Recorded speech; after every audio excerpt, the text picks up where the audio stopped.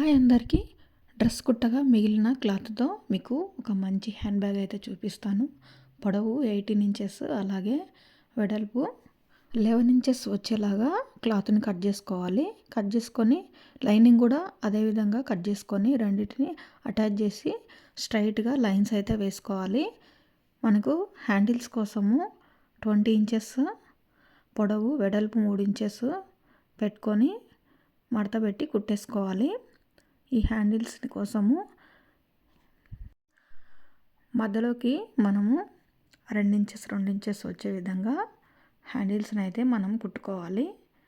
అలాగే జిబ్బు ఉంటుంది కదండి, ఆ జిబ్బుని అటాచ్ చేసుకోవాలి. ఇలా కుట్టేసుకొని మళ్ళా దానిపై నుంచి ఒక కుట్టు అయితే వేసుకోవాలండి. అదేవిధంగా రెండో వైపు కూడా మనం జిబ్బునైతే స్టిచ్ చేసుకోవాలి.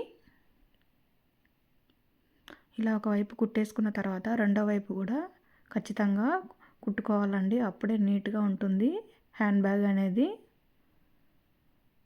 ఇలా కుట్టేసుకున్న తర్వాత రన్నర్ని అయితే ఎక్కించుకోవాలి. ఇలా రన్నర్ని కూడా ఎక్కించేసుకున్న తర్వాత బ్యాగ్ని రివర్స్లో వేసేసుకొని సైడ్ కుట్టు వేసేసుకోవాలి. హ్యాండ్ బ్యాగ్కి బేస్ కోసము 1 ఇంచ్ వచ్చే విధంగా కట్ చేసుకొని వీడియోలో చూపిస్తున్న విధంగా కుట్టేసుకోవాలి.